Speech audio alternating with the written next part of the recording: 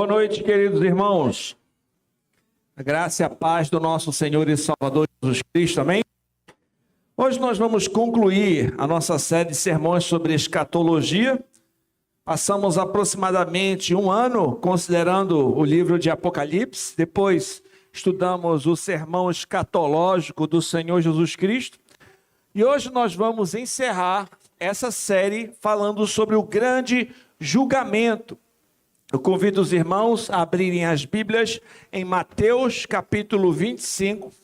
Hoje nós vamos ler o verso 31 até o 46. Mateus capítulo 25, dos versos 31 até o 46. A palavra de Deus diz assim: Quando vier o Filho do Homem na sua majestade, e todos os anjos com ele, então se assentará no trono da sua glória. Todas as nações serão reunidas em sua presença, e ele separará uns dos outros, como o pastor separa dos cabritos as ovelhas. E porá as ovelhas à sua direita, mas os cabritos à esquerda. Então dirá o rei aos que estiverem à sua direita: Vinde, benditos de meu Pai, entrai na posse do reino que vos está preparada desde a fundação do mundo. Porque tive fome, me deste de comer, tive sede, me deste de beber, era forasteiro, me hospedaste, estava nu, me vestiste, enfermo, me visitaste, preso e foste ver-me. Então perguntarão os justos: Senhor, quando foi que te vimos com fome e te demos de comer? Ou com sede e te demos de beber? Quando foi que te vimos forasteiro e te hospedamos? Ou nu e te vestimos? E quando te vimos enfermo ou preso e te fomos visitar? O rei respondendo lhes dirá: Em verdade vos afirmo, sempre que o fizeste a um desses mais pequeninos irmãos, a mim o fizeste. Então o rei dirá também aos que estiverem à sua esquerda: Apartai-vos de mim, malditos, para o fogo eterno, preparado para o diabo e seus anjos. Porque tive fome, não me destes de comer. Tive sede, não me destes de beber. Sendo forasteiro, não me hospedastes. Estando nu, não me vestistes. Achando-me enfermo e preso, não foste ver-me. E eles perguntaram: Senhor, quando foi que te vimos com fome, com sede, forasteiro, nu, enfermo ou preso, e não te assistimos?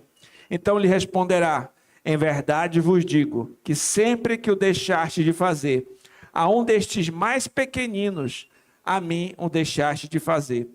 Irão estes para o castigo eterno, porém os justos para a vida eterna. Vamos ao Senhor em oração. Santo Deus e Pai Todo-Poderoso, nós estamos diante da Tua Santa Palavra. Ela que é a lâmpada para os nossos pés, ela que é a luz para o nosso caminhar, ela que é o alimento para a nossa alma. Eu te peço, Senhor, usa-me como um instrumento Teu para expor com fidelidade a Tua Palavra, a Tua igreja que aqui se reúne. Desfaz toda ação do maligno, não deixa que nada atrapalhe esse momento. Prepara os nossos corações como um solo fértil para receber a Tua boa semente e que somente o Teu nome seja engrandecido. Desvenda os nossos olhos para contemplarmos as maravilhas de Tua lei. Que as palavras dos meus lábios, meditar do meu coração, sejam agradáveis à Tua presença. Senhor nosso, rocha nossa, em nome de Jesus. Amém. O Senhor Jesus Cristo, nesses versos, descreve o dia do julgamento final e algumas das principais circunstâncias sobre ele. Nós vamos desenvolver esse sermão em 3 pontos. Em primeiro lugar, como será na vinda do Filho do Homem? Nós vamos observar que 3 personagens vão aparecer aqui, né? O pastor, as ovelhas e os bodes. Então, nessa primeira parte, nós vamos considerar o pastor. Em segundo lugar, o que o rei dirá aos justos, que é do verso 34 ao 40. Nessa segunda parte, nós vamos considerar as ovelhas. Por fim, o que o rei dirá aos ímpios. E nessa parte nós vamos considerar os bodes, dos versos 41 ao 46. Então vamos começar no verso 31, como será na vinda do Filho do Homem. O texto bíblico diz assim: quando vier o Filho do Homem na sua majestade, todos os anjos com ele, então se assentará no trono da sua glória. Todas as nações serão reunidas em sua presença, e ele separará uns dos outros, como o pastor separa dos cabritos as ovelhas, e porá as ovelhas à sua direita, mas os cabritos à esquerda. Em outras versões, os bodes. O Senhor Jesus Cristo proferiu essas palavras poucos dias antes de ser crucificado. O Messias que foi humilhado sobre o tempo que ele virá em sua glória com seus anjos e assentará no seu trono de glória e executará juízo. Naquele grande dia serão unidas todas as pessoas que já existiram de todas as nações em face do grande tribunal de Cristo. Toda a humanidade será reunida diante do seu juiz. Como nós lemos aqui na ordem de culto, em Apocalipse 1:7, é dito: eis que vem com as nuvens, e todo olho o verá, até quantos o transpassaram. Todas as tribos da terra se lamentarão sobre ele certamente. Amém. Então a Escritura diz que todo olho verá, até mesmo aqueles que o transpassaram estarão diante dele. Em 2 Timóteo 4:1, também é dito que o Senhor Jesus Cristo será o grande juiz naquele dia. É dito assim: conjuro-te perante Deus e Cristo Jesus, que há de julgar vivos e mortos pela manifestação e pelo seu reino. Pela sua manifestação e pelo seu reino. Um teólogo chamado J.C. Ryle, falando a respeito desse assunto, disse o seguinte: o mesmo Jesus que nasceu na manjedoura em Belém, tomou sobre si a forma de servo, que foi desprezado, rejeitado pelos homens, e com frequência não tinham de reclinar a cabeça, que foi condenado, esmurrado, açoitado e pregado na cruz pelos príncipes deste mundo. Esse mesmo Jesus irá julgar, ele mesmo, o mundo, quando vier em sua glória. O Pai confiou a ele todo o julgamento. Diante dele, finalmente, todo joelho se dobrará e toda língua confessará que ele é Senhor. A princípio, imagine, todos estão reunidos, todas as pessoas, uma grande multidão de todas as épocas, mas ela será dividida em apenas 2 grupos. O rei vai fazer uma divisão. Charles Spurgeon explica: a divisão será muito direta e pessoal, uns dos outros. Eles não serão separados em nações, nem mesmo em famílias, mas em cada indivíduo será colocado em seu devido lugar, entre as ovelhas ou entre os bodes. E porá as ovelhas à sua direita, mas os bodes à esquerda. As ovelhas aqui mencionadas representam animais mansos, obedientes e simbolizam aqueles que confiam no Senhor. Em João 10, do 27 ao 28, o Senhor Jesus Cristo disse: as minhas ovelhas ouvem a minha voz, eu as conheço, elas me seguem, eu lhes dou a vida eterna, jamais perecerão e ninguém as arrebatará da minha mão. Então, as ovelhas representam esses que confiam em Cristo, o povo de Deus, o povo do Senhor, os crentes. Por outro lado, os cabritos ou bodes são animais aqui desobedientes, beligerantes. Nessa parábola, referem-se aos ímpios. Então ele colocará, imagina, uma grande multidão, ele vai separar, vai colocar à sua direita as ovelhas e à sua esquerda os bodes.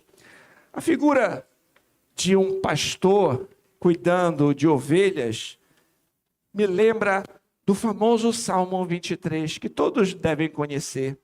O Salmo 23 diz assim: o Senhor é o meu pastor, nada me faltará. Ele me faz repousar em pastos verdejantes, leva-me para junto às águas de descanso, refrigera a minha alma. Guia-me pelas veredas da justiça, por amor do seu nome.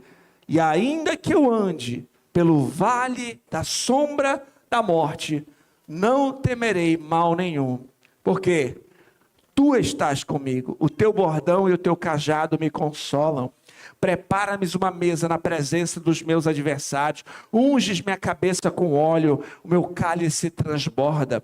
Bondade e misericórdia certamente me seguirão todos os dias da minha vida, e habitarei na casa do Senhor para todo sempre. Que salmo maravilhoso! E quando nós consideramos o Senhor como um bom pastor, sabemos que o Senhor é um pastor que conhece as suas ovelhas pelo nome, que apacenta, cuida e protege dos lobos, bem como separa também os bodes que por algum motivo tenham se misturado ao rebanho e entrado no aprisco. Então, assim como um pastor separa os bodes das ovelhas, é assim que acontecerá também no grande dia do julgamento. E esse é um consolo muito grande para os crentes.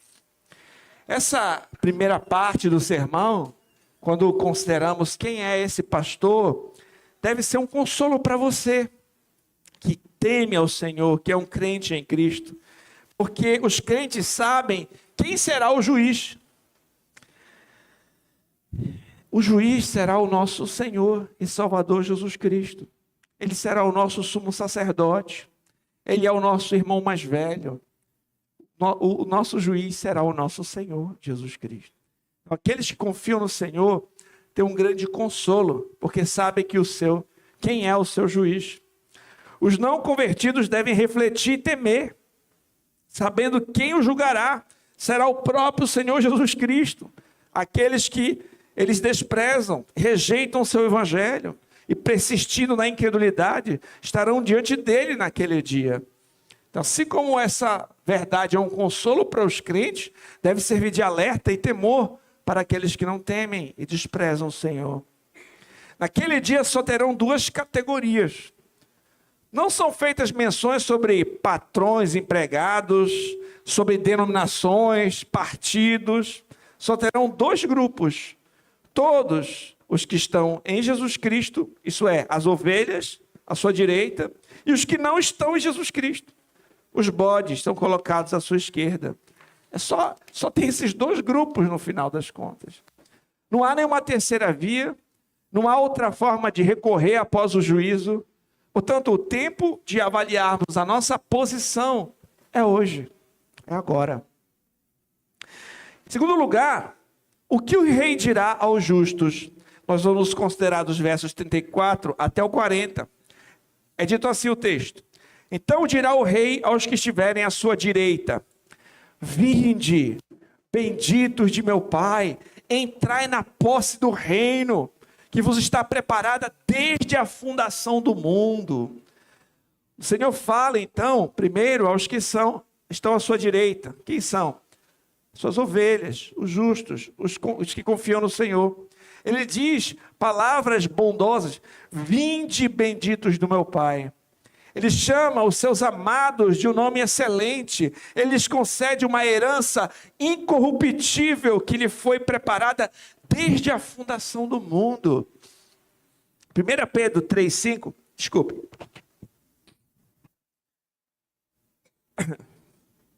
É dito assim: bendito Deus e Pai do nosso Senhor Jesus Cristo, que segundo a sua muita misericórdia, nos regenerou para uma viva esperança, mediante a ressurreição de Jesus Cristo dentre os mortos, para uma herança incorruptível, sem mácula, imarcessível, reservada nos céus para vós outros, que sois guardados pelo poder de Deus mediante a fé, para a salvação, preparada para revelar-se no último tempo. Que palavras maravilhosas! Vinde, benditos de meu Pai, vinde receber essa herança que foi preparada para vocês antes que houvesse mundo. Quão maravilhoso será, né, para aqueles que ouvirem essas palavras, de entrar em íntima comunhão eterna com o seu Senhor. Quando nós estudamos o livro de Apocalipse, e nós vamos observar o quanto a igreja sofreu e passou e passa ao longo da história, enfrenta perseguições, tribulações. Esse mundo é tão difícil, nós ficamos doentes, enfrentamos muito sofrimento. Mas aqueles que confiam no Senhor, nesse grande dia, vão ter palavras de misericórdia, palavras de graça, palavras bondosas. Vinde. No Apocalipse é dito que ele enxugará dos olhos toda lágrima. Todo o sofrimento passa. Toda a dor passa. Toda a angústia passa. Toda a doença passa. E nós entramos num gozo eterno. Uma herança que a gente não pode nem calcular. Vai além do que a gente consegue pensar. Aquilo que está preparado para aqueles que confiam no Senhor. E o Senhor continua dizendo: porque eu tive fome, me deste de comer. Tive sede, me deste de beber. Era forasteiro, me hospedaste. Estava nu, me vestiste. Enfermo, me visitaste. Preso e foste ver-me.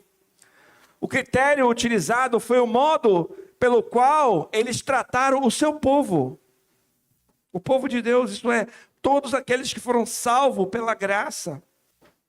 Pela graça. Nessa parte, nós não notamos nem os pecados mencionados aqui. Apenas boas obras são mencionadas. Nenhuma condenação há, queridos, para aqueles que estão em Cristo Jesus. Estar em Cristo é o lugar mais seguro que alguém pode estar. Seja aqui, seja na eternidade. Porque mesmo que nós soframos perseguições, lutas, o sofrimento que enfrentarmos aqui não tem como se comparar com a glória que há de ser manifesta. Aqueles que confiam no Senhor. E ainda que soframos perseguições e lutas e dificuldades, o Senhor faz com que todas elas cooperem para o nosso bem. Somos moldados conforme o caráter de Cristo. A nossa confiança deve estar no Senhor. Ele é o nosso refúgio, Ele é a nossa torre forte. Ele é o nosso socorro bem presente na angústia. É dito em João 3,18, quem nele crê não é julgado. O que não crê já está julgado, porquanto não crê no nome do unigênito Filho de Deus. A nossa segurança é somente em Jesus. João 5,24 é dito, em verdade vos digo, quem ouve a minha palavra e crê naquele que me enviou, tem a vida eterna. Não entra em juízo, mas passou da morte para a vida. Em Jesus Cristo nós não entramos em juízo, nós não seremos condenados. Nós fomos tirados das trevas para a sua maravilhosa luz, da condenação para a salvação. Éramos filhos da ira e somos feitos filhos de Deus. Jesus Cristo, naquele madeiro, toma sobre si o nosso escrito de dívida, paga o preço por nossos pecados e não há condenação para aqueles que confiam em Cristo. O Senhor graciosamente menciona também aqui os atos bondosos dos seus servos em relação ao seu próprio povo. Nessa parte, uma pergunta importante pode surgir, porque ele menciona, de fato, boas obras. E a gente vai perguntar, nós somos salvos pelas nossas boas obras? Há uma contradição aqui, porque Paulo diz que nós somos salvos pela graça mediante a fé em Cristo. Isso não vem de nós, é um dom de Deus, não por obras, para que ninguém se glorie. Mas, por que mencionado essas boas obras? Charles Spurgeon elucida a resposta a essa pergunta. Nós somos salvos pelas nossas obras? De maneira nenhuma. No entanto, as nossas obras são evidências de que somos salvos. Se nossas ações são as que Cristo elogiará no dia do julgamento, elas provam que somos salvos pela graça e que o Espírito Santo tem operado efetivamente em e através de nós. Se o Espírito de Deus agir na nossa vida, isso vai ter evidências. Não tem como nós dizermos que tivemos um encontro com o Senhor, que nascemos de novo e continuarmos agindo exatamente da mesma forma diante de conhecer o Senhor. Alguma mudança acontecerá e ela vai ser manifesta por meio de frutos. E essas evidências são notadas aqui. Na mesma linha de raciocínio, o bispo Ryle elucida, ele diz assim: o juízo final será um julgamento de acordo com as evidências. As obras dos homens serão as testemunhas que serão trazidas à frente. sobretudo as suas obras de caridade. A questão a ser esclarecida será não apenas o que dissemos, mas também o que fizemos. Não será meramente aquilo que professamos, mas aquilo que houvermos praticado. Inquestionavelmente, nossas obras não nos justificarão diante de Deus. Somos justificados pela fé, sem obras da lei. Mas a autenticidade de nossa fé será testada pela qualidade de nossa vida. A fé que não tem obras, por si só, está morta. O que quer dizer aqui? Que as obras, elas vão ser o fruto, a evidência de uma fé verdadeira. Então, se você simplesmente fala uma coisa, por exemplo, tem pessoas que professam que creem em Cristo, mas a sua vida contradiz a sua profissão de fé. Tem pessoas dizendo, não, eu sou um crente, mas vai observar, a vida dela está dizendo o contrário. Então, a nossa vida, ela pode testificar que aquela profissão de fé é verdadeira. Ela vai mostrar, olha, aquilo que ele afirma crer, de fato é verdade. Por quê? Olha como ele vive. Por isso Tiago vai dizer que uma fé sem obras é morta. Porque uma fé verdadeira, consequentemente, produzirá boas obras. Aquele que foi justificado será santificado. E por fim, glorificado. Certo? Aquele que começou a boa obra na nossa vida, ele vai terminar. Certo? Isso é uma obra de Deus e no final toda a glória pertence a ele. Todavia, quando os crentes ouvem as boas palavras do Senhor, eles não fazem ideia que haviam exercido qualquer excelência em seus atos, com uma postura humilde, despretensiosa a respeito do seu próprio desempenho.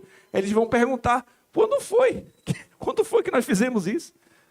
Eles não estão orgulhosos e achando que fizeram alguma coisa. William Hendrickson comenta, essas pessoas são completamente inconscientes de haver praticado alguma obra.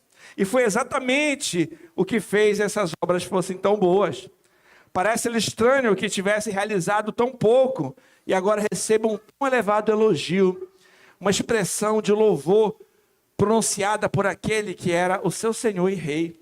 Então essas pessoas, de forma despretensiosa, humilde, perguntam, quando foi que a gente fez isso, Senhor? Não lembro. Eu não estou lembrado disso aqui que o Senhor está falando. O texto prossegue. Então perguntarão justos, Senhor, quando foi que te vimos com fome, te demos de comer, ou com sede, te demos de beber? E quando te vimos forasteiro, te hospedamos, ou nu e te vestimos? Quando te vimos enfermo ou preso, e te fomos visitar? O rei respondendo lhes dirá, em verdade eu vos afirmo, sempre que o fizeste a um desses meus pequeninos irmãos, a mim o fizeste. Eles serviram o próximo, porque a sua nova natureza o impeliu a isso. Eles alimentaram os famintos, vestiram os nus, visitaram os enfermos, por seu amor ao Senhor, e se alegraram em fazer isso. O espanto demonstrado pelos servos do Senhor atestava que haviam feito um serviço espontâneo, alegre, agradecido, humilde, e então esquecido completamente. Outro fator importante que nós notamos aqui é que o Senhor tem uma compaixão muito grande com as tristezas e as necessidades dos seus servos, maior do que nós imaginamos. O Senhor sabe das nossas dores, das nossas lutas e se compadece delas. Se os seus servos tiveram fome, o Senhor diz assim, tive fome. Os seus servos tiveram sede, o Senhor diz, tive sede. Em outras palavras, as aflições do seu povo são tomadas para si. Logo, quando nós servimos um pequenino irmão, que teme o Senhor, é o Senhor que nós estamos servindo. Nessa parte, nós notamos uma estreita conexão entre Cristo e os seus seguidores. Essa verdade também é expressa em outras partes das Escrituras que vale a pena nós considerarmos. João 15,5, Jesus disse o seguinte, eu sou a videira e vós os ramos. Quem permanece em mim e eu nele, esse dá muito fruto, porque sem mim nada podeis fazer. Atos 9, do 1 ao 5, vocês lembram da conversão de Saulo, né? Ficou conhecido como o apóstolo Paulo. Saulo, é dito no texto, respirando ameaças de morte, ameaças de morte contra os discípulos do Senhor, dirigiu-se ao sumo sacerdote, lhe pediu cartas para a sinagoga de Damasco, a fim de que, caso achasse alguns que eram do caminho, assim homens como mulheres, os levasse presos para Jerusalém. Seguindo ele a estrada fora, ao aproximar-se de Damasco, subitamente uma luz do céu brilhou ao seu redor. Caindo por terra, ouviu uma voz que lhe dizia: Saulo, Saulo, por que me persegues? Ele perguntou: quem és tu, Senhor? A resposta foi: eu sou Jesus, a quem tu persegues. Quem é que Saulo estava perseguindo? A igreja, os crentes, aqueles do caminho. Ele queria prender, queria perseguir os cristãos. E a quem Jesus Cristo diz que ele está perseguindo? A ele mesmo. Você observa a conexão? Gálatas 2:20, que é o versículo dessa semana, diz assim: logo já não sou eu quem vive, mas Cristo vive em mim. E esse viver que agora eu tenho na carne, vivo pela fé no Filho de Deus que me amou e a si mesmo se entregou por mim.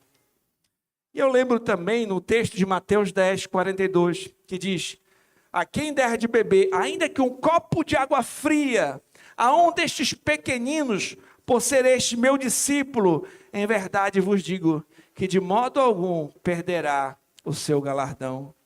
Nessa parte nós paramos e refletimos que tudo o que nós fazemos em prol dos discípulos de Cristo, por amor a Ele, é considerado como feito diretamente a Ele. Quando estamos servindo o menorzinho dos irmãos, quando estamos visitando o irmão enfermo, ou aqueles irmãos que tinham, por exemplo, que tinham sido presos ali. O apóstolo Paulo estava preso por muitas vezes, recebeu assistência dos irmãos. Quantos cristãos não são presos por não negarem a Cristo em perseguições injustas? Não é? Quantos não passam necessidade?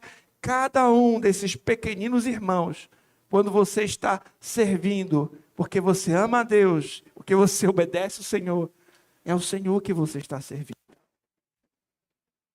William Henderson diz: o pequeno favor feito a um dos pequenos de Cristo, a alguém que jamais será mencionado nas manchetes, pequeno favor que quase instantaneamente é esquecido pelo autor, mas que pelo Senhor e Salvador desse pequeno será lembrado ao longo de todas as eras futuras e será mencionado no dia do juízo final. Maravilhoso. Que coisa incrível, não é? Pode ser que você até esqueça. Poxa, eu dei aquela carona, fui visitar o irmão, ajudei, né? Pode até esquecer. Mas o Senhor daquele servo não esquece. Ele se agrada. Ele se alegra. Pode ser um gesto pequeno, um copo d'água. É considerado. Quando a gente tem essa perspectiva, isso deve fazer a gente servir com ainda maior entusiasmo e alegria. Saber que quando você está fazendo isso, é o Senhor que você está fazendo. Que alegria será poder ouvir do Senhor Jesus dizer: vinde bendito de meu Pai. Como será maravilhoso desfrutarmos de íntima, amorosa e permanente comunhão com Deus. Também é importante lembrarmos aqui que a justificação é seguida de santificação, que as obras, boas obras, são fruto da graça, não a raiz dela. Por isso, toda a glória deve ser dada a Deus. Isso tem que ficar bem estabelecido, essas bases, para a gente não inverter as coisas, não confundir justificação com santificação, entende? A justificação é a salvação da condenação do pecado. Se dá pela graça mediante a fé em Cristo. A santificação é a salvação do poder do pecado. É aquilo que é operado no crente uma vez que ele nasce de novo, foi justificado e é uma nova criatura. Então vai ser evidência. Por fim, o que o rei dirá aos ímpios? Os versos 41 ao 46. É dito assim: então o rei dirá também aos que estiverem à sua esquerda: apartai-vos. Olha a diferença, olha o contraste. Aos que estavam na direita, ele disse o seguinte: vinde a mim, as ovelhas, vinde, receber a herança preparada desde os tempos eternos. E aqui, do lado esquerdo, olha a diferença. Apartai-vos, é o contrário. E vinde e apartai-vos. Eles são chamados de benditos, os da direita aqui, do Senhor, as ovelhas. Esses aqui são chamados de malditos, para o fogo eterno, preparado para o diabo e seus anjos. Que texto forte. Essa parte nós notamos que o Senhor falava aos bodes, os ímpios, os que estiveram aqui à sua esquerda. Eles são separados da graciosa comunhão com o Senhor. São destinados a um local de tormento, associado ao diabo e aos seus anjos. O inferno é o destino daqueles que rejeitam o Senhor. E o motivo é apresentado também. O Senhor disse: porque tive fome, não me deste de comer. Tive sede, não me deste de beber. Sendo forasteiro, não me hospedaste. Estava nu, não me vestiste. Achando-me enfermo e preso, não foste ver-me. Em outras palavras, eles não produziram frutos. Demonstraram apenas uma fé sem obras, que é morta. E essa negligência expressa a ausência da sua fé em Cristo. E essa incredulidade é aqui condenada. E eles perguntarão, questionarão: Senhor, quando foi que te vimos com fome, com sede, forasteiro, nu, enfermo ou preso e não te assistimos? Então lhe responderá: em verdade vos digo, sempre que deixaste de fazer a um destes mais pequeninos, a mim o deixaste de fazer. Irão estes para o castigo eterno, porém os justos para a vida eterna. O julgamento final também expressará o caráter dos perdidos. Eles, de forma presunçosa, questionam o veredito do onisciente juiz, confiando na sua justiça própria. O texto encerra com os resultados finais do julgamento. Irão estes para o castigo eterno, porém os justos para a vida eterna. E o veredito será imutável e sem fim. O castigo dos ímpios será eterno, e os justos desfrutarão da vida eterna. Alguém comentou: quem descreverá as misérias da punição eterna? Trata-se de algo totalmente indescritível e inconcebível. A eterna dor no corpo, a dor aguda de uma consciência acusadora, a eterna sociedade dos ímpios com o diabo e seus anjos, a eterna lembrança das oportunidades negligenciadas e de Cristo desprezado, a eterna perspectiva de um futuro aborrecido e sem esperança. Tudo isso é miséria, de fato, o suficiente para fazer nossos ouvidos tinirem o sangue gelar em nossas veias, e o sangue gelar em nossas veias. Mesmo assim, esse quadro não é nada em comparação com a realidade. Imagine os tormentos do inferno. A gente não consegue nem ter a noção. É um eterno sofrimento, está associado com o diabo e os seus anjos, para sempre separado das bênçãos do Criador, das bênçãos do Senhor, da comunhão com Ele. É um eterno peso de saber que desprezou as oportunidades, sua consciência lhe acusando, e isso sem fim. Tanto a eternidade da vida eterna, quanto a eternidade do inferno, são verdades expressas claramente nas Escrituras. Que isso sirva para nós considerarmos seriamente essas questões, porque é o que o texto bíblico apresenta. E eu pergunto a você: de que lado você estará naquele grande dia? À direita do Senhor ou à esquerda? Junto com as ovelhas ou junto com os bodes? Que você faça um uma reflexão séria a respeito de sua vida. Se você já de fato rendeu-se ao Senhor, se Cristo é o Senhor da sua vida, e você consegue ver uma mudança real na sua vida a ponto de expressar frutos de um verdadeiro arrependimento, de uma fé que de fato é expressa por meio de sua vida. Lembre o que a Escritura diz em Isaías: buscai o Senhor enquanto se pode achar, invocai-o enquanto está perto, deixe o perverso o seu caminho, o iníquo os seus pensamentos, converta-se ao Senhor, que se compadecerá dele. Volte-se para o nosso Deus, porque é rico em perdoar. Porque os meus pensamentos não são os vossos pensamentos, nem os vossos caminhos, os meus caminhos, diz o Senhor. Porque assim como os céus são mais altos que a terra, assim são os meus caminhos mais altos do que os vossos caminhos. Os meus pensamentos são mais altos do que os vossos pensamentos.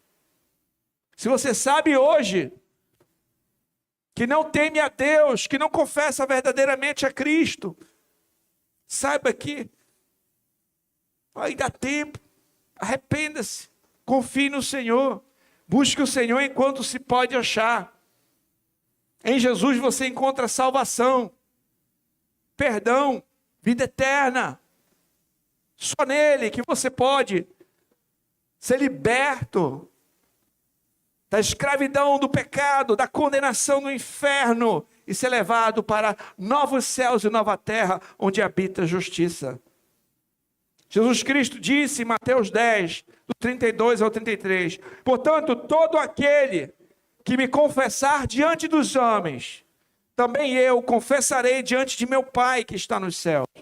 Mas aquele que me negar diante dos homens, também eu negarei diante de meu Pai que está nos céus. Que nós venhamos confessar a Cristo com os nossos lábios e com as nossas vidas. Com essa importante palavra de instrução, advertência e de consolação, nós concluímos essa série de sermões e eu finalizo a mensagem de hoje com a citação de Charles Spurgeon. Reflita. Entre o céu e o inferno existe um grande abismo, um abismo que não pode ser cruzado, de modo que a separação entre as ovelhas e os bodes será eterna e imutável. Queira Deus que nenhum de nós esteja do lado errado desse grande abismo. Oremos. Santo Deus e Pai, te agradecemos pela tua palavra, Senhor, que ela nos ensina, nos instrui e nos mostra o caminho de salvação pela graça mediante a fé em Jesus Cristo. Te agradecemos, Senhor, por tudo que o Senhor é e por tudo que o Senhor tem feito em nossas vidas. Te agradecemos por poder conhecer esse precioso evangelho de que Cristo Jesus morreu pelos nossos pecados, de que ele foi sepultado e ao terceiro dia ressuscitou para nossa justificação. Que tudo que façamos aqui seja para a tua glória. Nos ajuda a caminhar firmemente, fielmente, confiando no Senhor até o fim. E que possamos ouvir essas doces palavras que lemos aqui. Vinde, benditos de meu Pai. E possamos, Senhor, desfrutar da eternidade contigo. Oramos em nome de Jesus. Amém.